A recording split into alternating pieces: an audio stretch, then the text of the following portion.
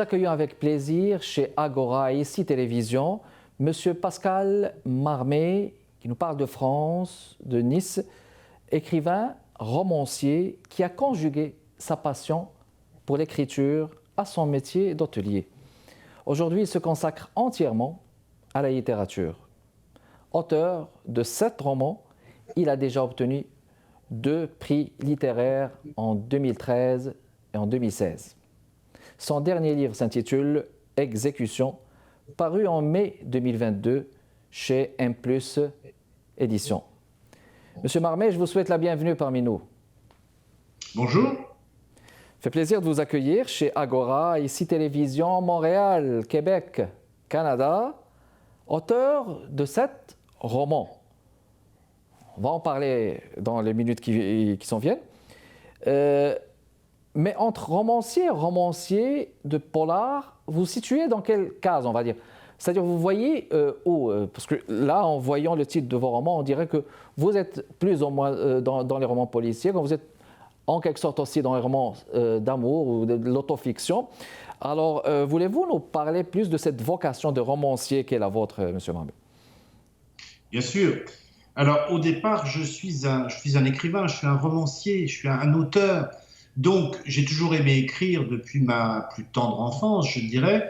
Et j'ai commencé, c'est vrai, quand j'ai été publié pour mon premier roman, à écrire des romans d'amour. Mais j'ai toujours eu une passion pour les romans policiers, pour les romans à suspense, pour les thrillers. Donc, je suis venu au départ en écrivant donc des romances, avec Il y a longtemps, qui est mon livre le plus personnel, où je raconte une partie de ma vie. Et ensuite, j'ai écrit des romans historiques. J'ai écrit des romans historiques que j'ai publiés aux éditions du Rocher dans la collection de Vladimir Fedorovski. Et là, j'ai écrit le roman du parfum, le roman du café, enfin, c'était une série qui s'appelait Le Roman 2, qui regroupe plus de 120 titres aux éditions du Rocher. Voilà, c'était le roman des lieux et destin magique, ça s'appelait. Donc, le parfum et le café, c'est quelque chose de magique. Donc, c'est pour ça qu'on m'avait demandé d'écrire ces 2 livres-là. Voilà, sous la direction de Vladimir Fedorovski, qui était directeur de collection à l'époque. Mais je dois dire que j'ai toujours eu une passion pour le polar depuis ma plus tendre enfance. Donc j'ai écrit un premier thriller qui s'appelait À la folie en 2012. Et ensuite, j'ai continué avec mes romans historiques. Mais mes romans historiques me demandaient beaucoup de temps et beaucoup de travail parce qu'il y avait énormément de recherches. Vous voyez, comme un roman, par exemple, comme le roman du parfum, ça m'a demandé 2 ans de travail. Et le café, la même chose. Donc j'ai toujours, donc je suis revenu, j'ai fait une petite pause littéraire pendant quelques années parce que j'ai repris une autre profession. Et je suis revenu, donc tout récemment, il y a 1 an ou 2, dans le domaine du polar. Et là, en ce moment, je n'écris plus que des polars, puisque j'ai trouvé en fait ma voie littéraire, puisque j'ai un personnage de commandant que j'ai appelé François Chanel, un petit peu parce que j'avais écrit le roman du parfum. Vous savez, c'est un petit clin d'œil, un petit peu en quelque sorte. Et donc là, c'est la 2e enquête il y a eu exécution en 2022. Et bientôt, au mois de juin, il y a une nouvelle enquête qui va sortir, donc toujours chez M+ Éditions. Édition, excellent. Voilà. Bon, on va les énumérer là, si vous permettez. 7 romans. Le premier, Il y a longtemps, puis À la folie, Si tu savais, le roman du café, le roman du parfum, tiré à 4 épingles. Puis le tout dernier, c'est Exécution.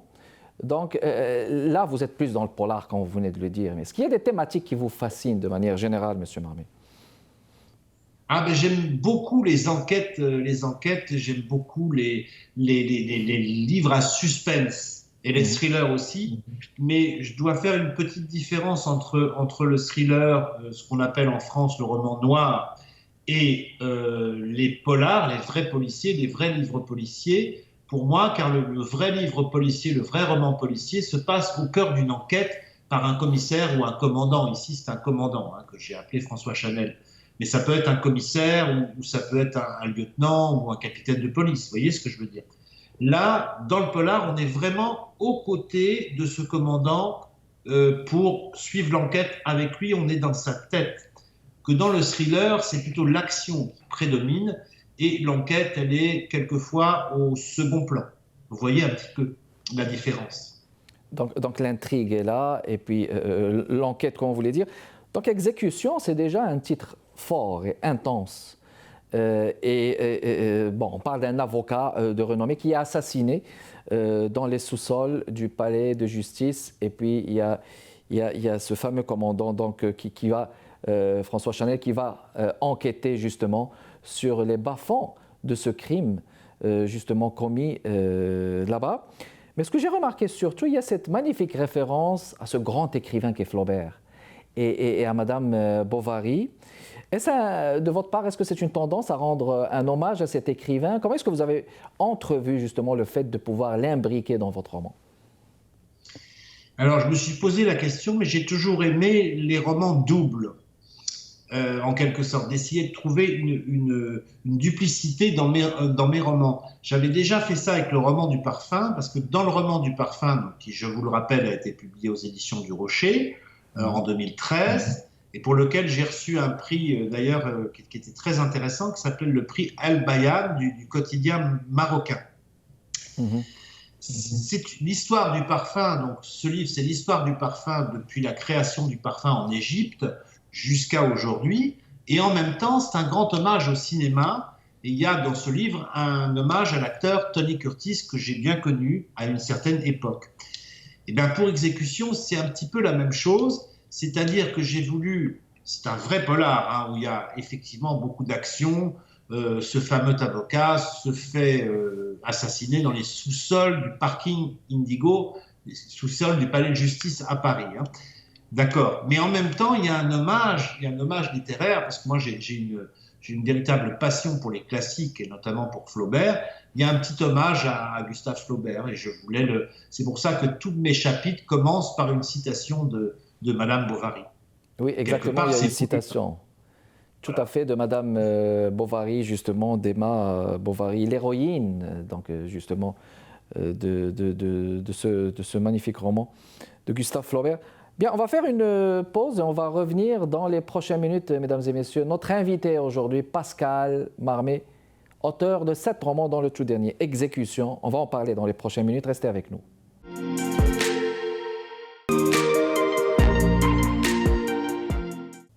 On est de retour avec vous, mesdames et messieurs, chez Agora, ici Télévision, à Montréal, au Québec. On accueille un auteur de France, M. Pascal Marmé. Bon, c'est un très beau style, là, il faut le dire dans un premier temps, une impression subjective, personnelle, là. Après la lecture de son tout dernier, Exécution, dont on va parler, mesdames et messieurs. Donc, cet avocat qui est assassiné dans le palais de justice, justement, il y a commandant François Chanel qui va commencer à enquêter. Au premier chapitre, il s'intitule « Dérouillé ». À la fin, il y a cette phrase si expressive. « Oui, il savait reconnaître le mal et le bien à leur juste valeur. » Donc là, ça m'a rappelé l'un des personnages là, cultes de la littérature française ou du polar français, du livre de Victor Hugo, Les Misérables, de Javert, qui poursuivait justement ce fameux personnage, justement. Est-ce que vous trouvez que la comparaison, elle est justement appropriée? Quel est le trait dominant, justement, de François Chanel dans ce livre? Alors, François Chanel, c'est un petit peu, je dirais, si vous connaissez la comparaison avec Victor Hugo, elle est très flatteuse, je vous remercie, mais je n'avais pas pensé du tout à ça en écrivant ce livre, en écrivant ce roman, en écrivant ce polar. Maintenant, j'ai pensé fortement, c'est sûr, à Georges Simenon, parce que vous saviez que j'avais écrit déjà un polar en 2015 qui s'appelait Tiré à 4 épingles à l'époque, et j'avais reçu un prix littéraire de Janine Boissard, et à l'époque, qui s'appelait le prix Cœur de France au Festival du livre de Limoges. Et elle m'avait dit cette phrase magique, elle m'avait dit « Votre livre, donc Tiré à 4 épingles, me fait penser à Georges Simenon ». Donc la comparaison était aussi très flatteuse pour moi. Et j'essaye d'écrire un petit peu comme Georges Simenon pouvait le faire quand il écrivait Les Maigret. Mais attention, François Chanel n'est pas Maigret, c'est quelqu'un de très actif et surtout c'est quelqu'un du XXIe siècle. Donc il utilise toutes les techniques modernes pour arriver à démasquer le coupable ou la coupable dans ce livre. Et en même temps, j'ai voulu insuffler dans l'exécution. Il y a certains passages qui sont assez durs, assez violents, mais j'ai voulu insuffler quelque chose aussi. En fait, ce grand avocat donc, qui est assassiné, on ne le regrette pas du tout parce que c'est quand même quelqu'un d'assez pervers, c'est quand même quelqu'un de machiavélique. Et en fait, je fais aussi référence à tout un mouvement parce que c'est un avocat qui est très célèbre, mais qui est en même temps d'une perversion assez rare. Donc en fait, le lecteur n'est pas du tout, on n'est pas triste quand il est assassiné. Voilà. Ok. Donc, dans certains chapitres, justement, vous interpellez, il y a des images métaphoriques là, qui sont très intéressantes, mais surtout, il y a cette référence faite à quelques noms issus des arts et des lettres universels, on va dire. Vivaldi, Indigo, l'enfer de Dante. C'est beau, là. On est à la fois en Italie, à Venise, en France, quelque part. On se promène avec vous, quelque part. Surtout ce chapitre-là, permettez-moi de citer cet extrait comme l'enfer de Dante. Alors, ça s'enchaîne comme ça, dans la discussion. Est-ce douloureux? Psychologiquement, c'est l'enfer de Dante. Je vois des choses que je ne comprends pas toujours. C'est angoissant. Le psychiatre m'a révélé sans ménagement la possibilité que je présente le syndrome du savant acquis. Pour l'instant, j'ai besoin d'un sanctuaire et d'un petit job pour me rattraper et comprendre ce qui se bouscule dans ma tête. Pouvez-vous m'aider? Bon, là, alors, on apprend quelque chose justement sur ce syndrome, mais comme je disais tout à l'heure, vous sillonnez l'histoire des arts à travers ces noms, aussi celle de la littérature. Est-ce pour vous une façon d'embellir l'intrigue et de susciter quelque part, je dirais, la curiosité du lecteur? Bien sûr, absolument. Vous avez tout à fait raison de dire ça, parce que j'ai lu beaucoup de polars dans ma vie et j'essaye, moi, d'écrire des polars littéraires. Vous voyez, d'où la référence à Flaubert. Donc j'essaye un peu de sublimer le polar. Est-ce que j'y arrive? Est-ce que j'y arrive pas? Ça, c'est une autre histoire. J'essaye d'écrire, de m'appliquer quand j'écris. Vous voyez, par exemple, un polar me demande à peu près 6 mois d'écriture et j'ai aussi 6 mois de correction. Vous voyez, donc en fait, c'est un an de travail. Et j'essaye vraiment de trouver les mots et puis de trouver mes références. Vous parlez de l'enfer de Dante.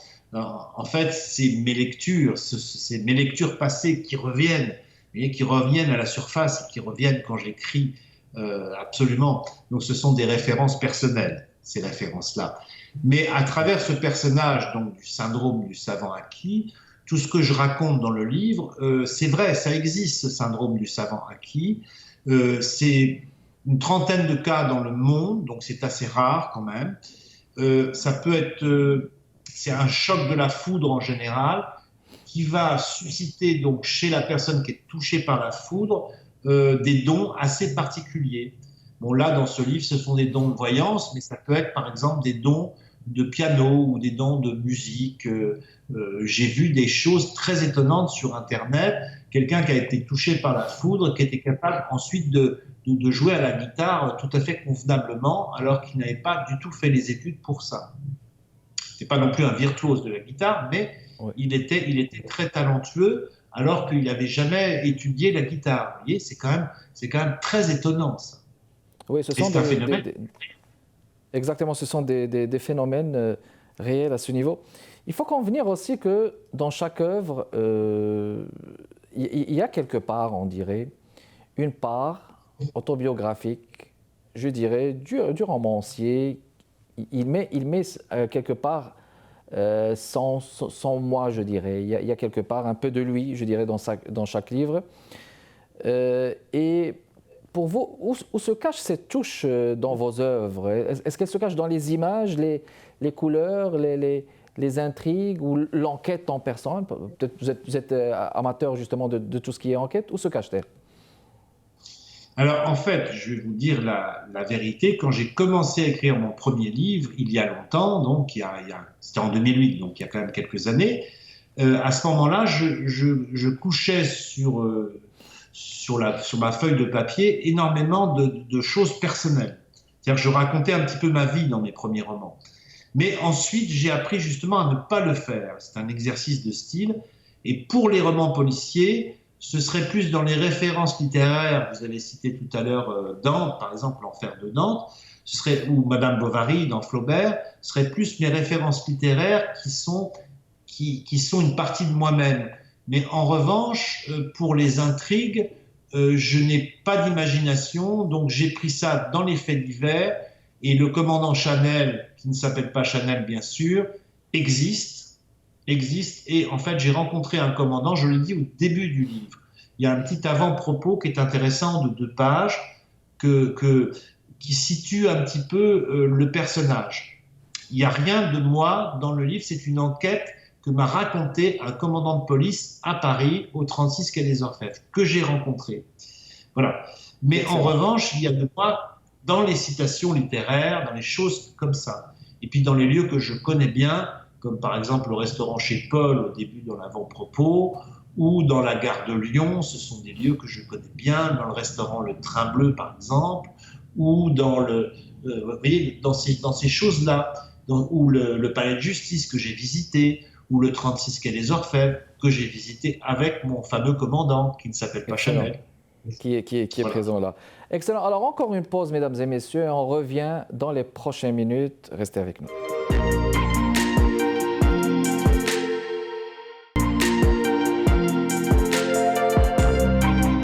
On est de retour avec vous, mesdames et messieurs, toujours dans le cadre de Agora. Pascal Marmé est mon invité d'aujourd'hui. Bon, on parle roman, on parle polar, mais surtout de son dernier, Exécution, paru chez M+ Éditions. Je vais vous suggérer de nous mettre au parfum de votre écrit, justement. Un extrait, si vous permettez, pour mettre au parfum aussi nos lecteurs et nos lectrices du Québec et du Canada sur ce dernier livre. C'est à vous. Bien, alors j'ai choisi de lire l'avant-propos, justement, pour susciter l'envie de nos futurs lecteurs, donc de lire Exécution. Donc j'ai fait un petit avant-propos avant pour expliquer un petit peu ce livre et pourquoi et comment, etc. Donc voilà, je commence. Donc Exécution, donc c'est mon dernier livre. Excellent. Avant-propos. Le commandant Chanel existe. Bien évidemment, il ne s'appelle pas Chanel. Je l'ai rencontré place Dauphine. Il dînait seul à la terrasse du restaurant chez Paul. Par le miracle du hasard, nous avons fait table commune pour rendre service au serveur qui souhaitait ajouter un couvert pour un groupe de touristes asiatiques. En enfonçant son regard dans le mien, mon voisin, malgré lui, m'a demandé sans détour dans quel secteur d'activité j'œuvrais. À ma réponse, ses pupilles facétieuses se sont éclairées comme des lanternes. Le temps d'un face-à-face et d'un bruit millésimé en garde à vue, une amitié était née. Rencontrer un auteur l'amusait. Moi, j'espérais depuis longtemps entrer dans le polar de plein pied. Ce fut un cadeau fortuit, un présent comme sait l'offrir Dame Chance. Jusqu'à minuit passé, le crime et le bon vin furent notre affaire. Sans façon et avec toute la gentillesse qui le caractérise, ce commandant atypique m'a ouvert les portes du quai des Orfèvres, à condition de taire son nom. Voilà. Ça, c'est important aussi, je voulais le dire, parce que comme ce sont de vraies enquêtes qui se sont déroulées donc, à Paris, qui ont été peu médiatisées à l'époque, évidemment, le commandant ne s'appelle pas François Chanel, il m'a demandé cette chose de taire, on a changé son prénom et son nom, volontairement. Donc voilà, je reprends. Donc à condition de taire son nom. Promesse tenue, il n'en attendait pas moins de moi, ses confidences resteront marquées du sceau du secret. Une des clés de l'écrivain étant l'observation, j'ai photographié du bout des cils un monde à jamais disparu puisque le célèbre 36 s'est installé depuis juillet 2017 au Batignolles, au 36 rue du Bastion, dans un blocos de verre haut de 160 mètres au bord du Maussade périphérique nord. Seul le numéro a été conservé en souvenir de ce lieu désormais mythique. Donc pour la bonne compréhension du récit, nous situerons donc l'action de ce roman en juin 2016. Alors ça, c'est important aussi à dire, c'est que je voulais écrire un roman, un polar qui se passe au quai des Orfèvres, parce que pour moi, c'est un lieu mythique, c'est le lieu où ont été arrêtés tous les plus grands criminels français. Tout à Vous fait. voyez, ça a été très important, la bande à Bono, etc., Landru, tout ça, ils ont été arrêtés au Quai des Orfèvres. Mais il faut quand même signaler à nos lecteurs et à nos lectrices, plutôt à nos lectrices et à nos lecteurs, qu'ils ont déménagé et le siège de la police judiciaire aujourd'hui est au 36 rue du Bastion, dans le 17e arrondissement. Il n'est plus au Quai des Orfèvres.